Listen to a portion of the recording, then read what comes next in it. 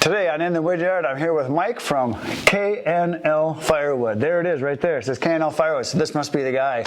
We're going to talk about firewood business. Here we go. So now you drove all the way here to Appleton, Wisconsin from central Indiana. Yes, sir. This is my second trip. How many hours is that? It's about a 6-hour drive. You must like firewood an awful lot. I do. I'm addicted to you guys, man. Like everybody. Now, you have a YouTube channel. It's K&L Firewood. Yes. You started that how long ago? I think it was July of last year, so almost a year old. Oh, okay. Yeah. And how are you liking it so far? It's a lot of fun. I do enjoy it. And is it more work than you thought it was going to be? If you want to make a decent video, yes. Yeah, that's what I found. It was way more work than I thought it was going to be. Yeah. And the reason I got into it is because I was interested in it and being a photographer. I thought, well, yeah, I could do that. But I really like doing firewood. That's the main thing. And you got into firewood how long ago? Like your whole life, or? No, we started burning firewood at our house 10 years ago or so. When we built our house, we put in an outdoor boiler and we were burning wood for ourselves. And it wasn't until last year I started selling it last May or somewhere around there. And we have tree service wood brought to our house, and I just had more wood than I could burn. So I thought, well, we might as well try and sell it. So I thought I'd do the YouTube thing. I've got younger children, they're 12 and 10, and I thought they would like to be involved, and they did. It was kind of a shiny new toy, and now it's they don't care about it much, and now it's just me. Work for you. Yeah. Occasionally they'll get on, and it's fun. We have some family time, but it's mostly me. So now, you said you have a boiler. How much wood do you burn yourself in a year?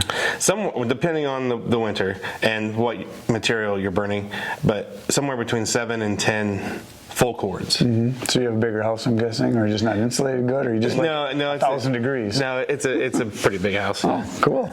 Well, that's nice. And do you do all of the wood yourself, or do your kids help? Does your wife help? And do they feed the wood stove? So, because that's a job. It is a job, and my wife will feed the furnace if it gets cold enough, and because she wants it warmer enough. Or if she thinks I've had a long day, or she thinks it would be helpful, she kind of forecast that, and she'll go out and load it. But I actually like doing that. Like after I get home from work, that's nice downtime for me. I just get some time with the fire, and you throw the pieces in there. So yeah, I enjoy doing that. I enjoy doing all aspects of it. So now, you said that you had extra wood. So did you do a stand right away? Did you deliver to people? How did that evolve? So when I first decided to sell wood, I think I had about 15 IBC totes full of wood, and thought, man, I'll never sell this, and I think we started selling them $60 a piece, and before you knew it, it was all gone. Yeah. And I knew that was sellable wood. I didn't need that to heat the house or anything. I had it all separated, and it was going very quickly. Yeah. And then you ran out and you said, well, I got to cut more. You got to cut more. So then we did build a roadside stand, and we're selling bundles. We're selling to a local grocery store. I just picked up a business that sells campers and everything camper related. If you need hoses or tires, or I don't know, we don't own a camper, so I don't know what all goes with that. But he's got a big camp store. And he sells campers, and they're selling our firewood. Oh, that's a good idea. And how did you fall into that? Did you go to them? They come to you? They actually came to me. They were based out of the small town that I live in.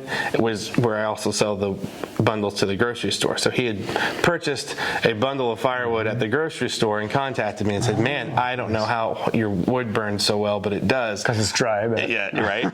Because I've watched you, and I know how to season firewood.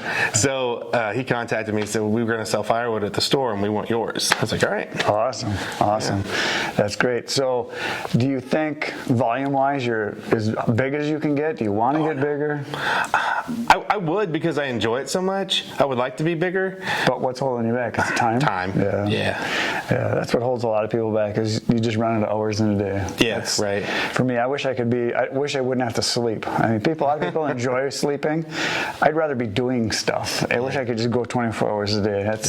I'm weird. I don't know. My wife doesn't really get it. I don't know. We all get kind of infected with this firewood bug, and it's hard to explain. But well, I think the thing that when I boil it down to its purest form, it's something you can do outside. You get exercise. it's a product that is useful, and when you get it done, you can look what I did, and then you get to enjoy the fruits of your labor later. So all around, it's just a really good thing. Right. You can either sell it and get some money back in your pocket, and you're like, oh, this is fun, I made some money. Or you can have a little campfire yourself and burn it and enjoy that, and have hot dogs with the kids or whatever it is. And anytime you're around a fire, it's good time. It is. It's either you're relaxing or you're entertaining or just doing stuff that's not work. Absolutely. So I think that's the good thing about it too, is when you get to the point where you can actually burn it, it's like, oh, I earned this. Yeah, right. We might have a fire later. That sounds good. So now you said IBC totes. Now are you storing all your wood now in IBC totes? I am. Every bit of it. And so you have a tractor that you can move stuff with. I have a tractor with forks and grapple and bucket. I have about 50 totes right now that I've set aside for us, and it's, if you watch our channel, you'll see that I keep most of the junk, anything that's kind of rotten or big. Yeah. The boiler doesn't. Isn't that weird? You sell the good stuff.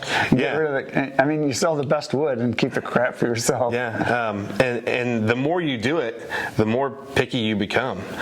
You're really starting to sort out, not just junk and good. There's other grades. Sure. Well, one thing a lot of people don't realize is they think pretty wood is good wood. But in reality, that nasty, crotchy stuff that you would get mad at when you're splitting it, that's some of the best heating wood there is. You're right, yeah. Because it's tighter grained and it burns longer and hotter, and that's the good stuff. Yeah. It's just that it looks nasty. Yeah. Not very presentable, but it'll burn. Yeah, well, people that heat with wood, they look at it and go, that's a good one, put that on tonight. With a boiler. Yeah. So what kind of a boiler do you have? It's a central boiler, 6048. It's a pretty big firebox in it. And do you fill it up in the morning and at night, or it just depends? Just depends on the weather. But you guys don't get the extreme cold that we get here in Wisconsin. I would beg to differ. You get some cold? I don't know. Maybe I'm just warm-blooded, but we get some pretty cold. This winter wasn't near as harsh, but we've had some pretty cold winters. Well, the whole Midwest, you get that jet stream dip, and we're pretty much in the middle of it. From the Dakotas all the way over, I always figure to like Ohio, that whole section right in there, you get that dip in the jet stream in the wintertime, and it gets cold. January and February can be nasty. March can be pretty nasty too. If it's still snowing in April, I'm over it. So now, you were telling me that you get mostly tree services because there's not really a logging industry and there's not a paper making industry in your area like we have here, so we get a lot of loggers that harvest trees from either private land or public land where they do bids and they buy it, or people that want to clear areas out, and so there's a lot of logging around here. From here, central part of Wisconsin to the north, it's basically forest. But you guys don't have that. We don't. But funny you mention that, because I know a forester in Indiana, and I talked to him a year or so ago after watching some of your channels, and asked him if there was anybody that sells like firewood poles, and he looked at me like I was crazy. Like, what are you even talking about? Well, this past year, I got permission to go cut on a farmer's woods. It's 16 acres. He had it logged out. He said, you can go in there after the loggers are done, before I bulldoze it, and you can cut down whatever you want and take it. And there's 16 acres of firewood there. It just goes on for days, but the loggers that's not even on their mind to go cut those firewood poles like the loggers here. I mean, that's part of their... Is there a lumber industry where they're cutting woods? And there's a sawmill right in my town of 1,200 people. There's a sawmill. There'd be a place you probably could get some leftover stuff or stuff they don't want to saw, because I know sawmills, certain sizes, like the big, ugly, nasty stuff, they can't run. Well, I don't want the big, nasty, ugly stuff either. Yeah. Nobody wants it seems. But I just thought it was funny that the industry up here goes for not only the saw logs, but they go for the paper mill, and they go for firewood logs. But at home, it's just saw logs, and everything else just gets pushed in a pile. Right. So you probably are getting mid and lower grade stuff. But you said you get a lot of your wood from tree service too, right? Yes. And they deliver it right to you? Yep, bring it right to me. And is it as much as you want? Do you have to tell them stay back? Or it is as much as I want, and I've recently just cut my guy off because he's bringing me... Nasties, and it's partially my fault, because I told him, I said, whatever you got, bring it to me. And he's done that, and he's overloaded me. So now I've told him, I said, look, I want longer pieces. Not as many crotches. Fairly straight. I understand you're getting it out of at somebody's backyard, and it's not always straight. But the longer the piece, the better. I don't want 20-inch pieces. That's just it. I understand why they do what they do. They cut it just to get it on the ground and then get rid of it. So they're not at all looking at, I can make a cut here and a cut there and a cut there, and we can make it. No, they just and they don't care if it's a straight cut, a crooked cut, a sideways cut. They don't care. And I don't blame them. That's just what they do, because they get paid to get the tree on the ground and get it out of there. And I thought too, when I asked the guy to bring me long stuff, I thought that might save him money, because he's not paying his guy to cut it up into 16-inch pieces, so they can. But they have a harder time loading it sometimes too. Maybe, especially when it gets so now we're talking tree service wood. So I imagine you get a variety of trees, because people will plant trees in their yards that aren't necessarily native. So you must be getting some of that stuff. Or do you get more of a native species? I think most of what I'm getting is pretty native to Indiana. Maple, both hard and soft, poplar, cottonwood, walnut, cherry, oak, locust. We get some Osage orange. What do you eat the most of? Maple. Well, that's good. Both hard and soft, equal amount pretty much. More soft. Yeah, we get more soft here. We have almost all soft here, but you go north of us, an hour from there north, it's pretty much all hard maple. And that's where all the hardwoods are harvested, is northern part of the state. I'd say the northern third. Yeah, hard maple, I think, takes longer to dry, and it's a little harder to split. It's hard. I don't mean in density. I mean just. It better be to use. Yeah. But I'd rather cut, split, dry, and sell soft maple. It's just easier to work with. Yeah. Agreed. But you go to northern Wisconsin and they're wood snobs, and if it's soft maple, one stick of soft maple and a whole trailer load full of hard maple, like, what's that doing in here? Really? Oh, wow. Yeah. Kind of like down here, it's like, if you got a trailer load full of oak and there's a piece of pine, what's that pine doing in there? Yeah, you do have some wood snobs, because on one of my videos I was talking about, sorting it, and we were talking about maybe different species, and a lot of the comments that I got were people who produce firewood like you guys are very particular about it. People who are burning it in the campfire, most of the time, don't care, or don't care to know. Are you selling like mixed hardwoods and then softwoods separate? So the only thing I keep separate is pine. I keep that in an IBC totes by themselves in a different area. Oak, because it takes so long to dry.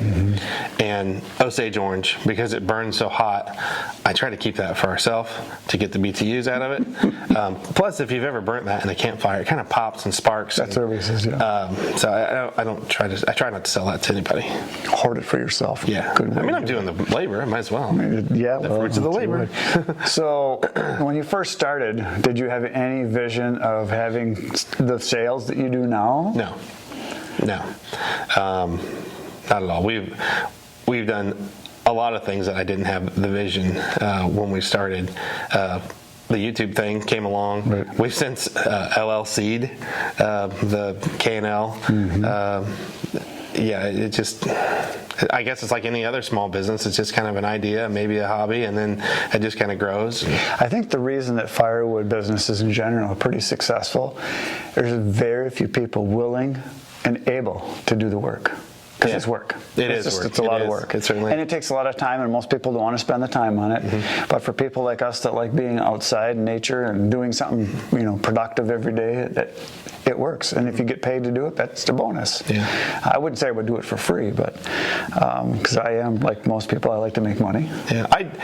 I did it for free for a while, but we burnt that wood, so it really wasn't free. We got the discount on the heating bill in the wintertime, and that was nice. Right, and that's going to, I think, if things keep going the way they are, I think firewood's going to become like it was back in the 70s. Everybody's going to start putting in boilers and fireplaces. And they put a big tax credit on any kind of insert or fire. They give them like 25% tax credits. If you put one in, it was 75% efficient. Don't quote me on that. It's somewhere on the government website somewhere. But so I think more people are going to do it. Yeah, I think so too, which is good. And I think around here what happened, I noticed just in the last, I would say 5-6 years, it was hard to find bundle wood everywhere. I mean, you would see it once in a while. You'd see a place that would have some bundled wood. Yeah. Now it's everywhere. It's not just gas stations. It's everywhere. I mean, everything you can think of, there's people putting up firewood stands and by their houses. And you mentioned that when you were driving here, every other house had a firewood stand. So much different up here. Yeah, it literally was. When Tony and I were on the way over here, he was like, well, there's one, and there's one, and there's one, and there's one. And there's mine, and then there's another one, and there's another. It's not that way at home. There's me. And I don't know. There's a young kid down the road that sells some, but outside of that, you got to go to the gas station or the grocery store. Yeah, and they're not. That's generally not good wood for the most part. A lot of it's nasty. Yeah. Some of it'll burn, but there's some good stuff and some there isn't. It would be really difficult to educate everybody to what good wood is, but you don't know until you work with it enough to know that it's the kind of wood which is good to burn for whatever you're going to do. If it's actually dry and going to burn, but I look at it this way. When I deliver wood to someone and I see they've got some bundles there that are partially burned, and there's 3 or 4 of them, and they're buying wood from me, and I say, oh, I see you've got some guy, I call it gas station wood, like, yeah, we can't get that crap to burn. It's just sizzles. Like, well, that's because it's not dry yet. So I tell them this stuff will burn. I said, you don't buy those anymore. Just get this stuff. Yeah, right. Guarantee it'll burn tonight. I drive away a lot of times, and before I get home, people are sending me a picture of my wood burning. Like, awesome. Great, it's burning. Thanks. Yes. And I tell people that on the phone too. I think that's a good selling point. People will call and ask what we have or whatever, and I'll say, I guarantee you it will burn tonight. Yeah. And a lot of times those words right there sell it. Yeah. Right. No, when you started, you said you were selling for like $60 a tote. Yep. Have you gone up a lot since then and just keep going and people pay it and don't complain, or? I wouldn't say they don't complain. So I have the small IBC totes. There's the 2 sizes, right? So the small ones I have, if I heap it, it's a full face cord. So I'm selling those for $120 a piece. I'm getting that at the house on a regular basis. I have some guys. It's mostly the guys that are heating in the wintertime. They're like, well, man, that's awful expensive. Well, the people that are heating are doing it to save money. Yeah. The people that are burning it for fun don't care. Yeah. It's a reason to drink beer. Yeah. So those are the customers that we go after. Right. Me too. Yeah. Me too. Same ones. And I do sell, like, if I've got boiler wood set aside, like I said, and if it's a neighbor and they want some wood, I might sell them for $45 or $50 because it is kind of junky, and I understand they need some. I'm not gonna let them freeze to death. I have a couple friends that just want a little bit for they don't burn a lot of wood and they don't want a lot, and they'll just say, hey, can I get some wood? And I usually tell them how much it normally is, but if you come pick it up, help me load it, I'll sell it to you for like whatever less. Less. Depending on the guy. So there's some guys that come and it's like, I'm not giving them a deal because I really don't want them coming back. Right. I mean, you get a few customers like that. I had one guy, I got tons of firewood stores, and I'm sure you do too. I was supposed to deliver at his house at 6 o'clock, so I text him at 1:45. I'm on my way. I'll be there in 15 minutes because I knew it took 15 minutes to get there. Great, I'll be there a little after that. I'll be just right after you. Well, I get there, it's 6 o'clock exactly, and no one's home. I text him again, I'm here. It took 5 minutes. Yeah, I'm on my way. Okay, so I sat another 5 minutes. I texted him again and said, still waiting. Am I at the right house? Is it this address? Yeah, that's it. I'll be there in just a little bit. And I texted back, well, how much is a little bit? Well, we're about 20 minutes out. And 20 minutes was actually a half an hour. So they didn't get there till almost 7 o'clock. Those are the kind of people. And then it gets worse. So, oh, yeah, you're here. Oh, yeah. I say, I've been here. You said 6. I was here at 6. And I just wanted to let them know I was on time, and you weren't. And I didn't want to say anything because I didn't know what kind of customer he was going to be. And he says, well, where's the wood going to go? I back up. I back right into the garage, and there's an open area. I said, well, tell you what. I said, I can back right to it, and that way we can stack it right away so I don't just throw it in a pile. Oh, that's a great idea. So I'm expecting him to help me. So I get in there, and the guy was younger than me. I back in there and I start grabbing pieces and putting them in a rack, and he just stood there, and I said, well, if you want to go on that side, I'll come. I was trying to get him involved. Yeah. So I'm trying to get a kid involved in something, right? Yeah, I said, well, I'll go to this side, you go to that side. Okay. So he went and he just stood there. He never touched a piece.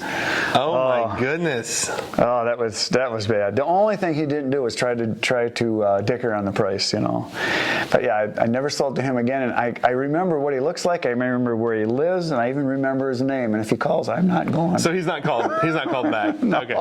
Okay. So yeah, there's all kinds of stories. Like we could go on for days talking about people, but like we were talking earlier, 95% of the people are awesome. Oh, they're yeah. just great. Yeah. But there's always those oddballs that They create a story.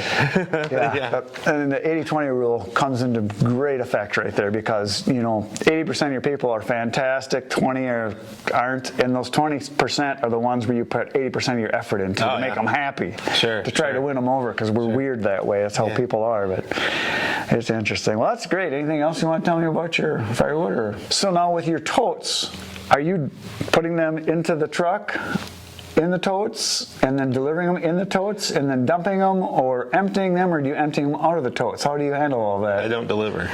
Oh, okay, they come and get it. Yep. But do you load the tote into their truck? No. They have to pick it out, or you pick it out for them? No. So I watched Old Guy Firewood. Yep. He's a new YouTuber, and he uses IBC totes, and he clamps the IBCs to the mast of the forks with the bigger, I'm going to say ratchet straps, but the tie downs, the great big ones, the big yellow ones. So that's what I've done. I've ratchet strapped them to the mast of the tractor, pick them up, and just dump them. And 80% of it comes out, and then you just got to throw the other 80% or 20% in the truck or trailer, whatever they have. So it loads pretty easy. Yeah, that's good. So you don't want to do delivery? I don't. Not with gas at $5 a gallon. Have people asked you to deliver? Yep. And I just say I don't. Yeah, well, there you go. That's your model. I deliver because a lot of people around here won't, and people tell me, yeah, no one else will deliver. But I've raised my prices on my delivery because you have to now with the price of gas going through the roof.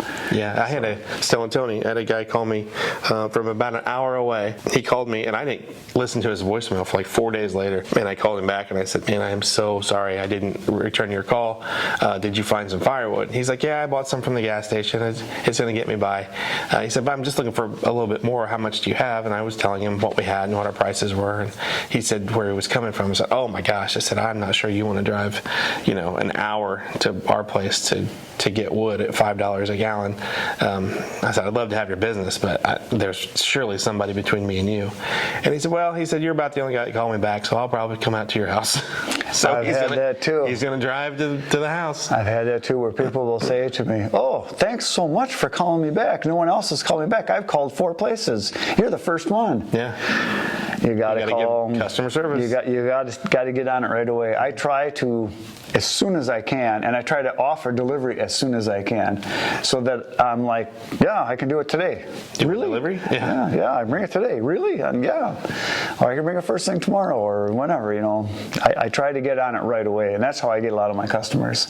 And I've had customers now for 6, 7, 8 years that every year it's 2, 3 full cords because that's what they get. So I just don't want to handle it again. I don't want to get to the guy's garage and dump a full cord of wood and him be like, well, have fun stacking. I don't want to get that guy.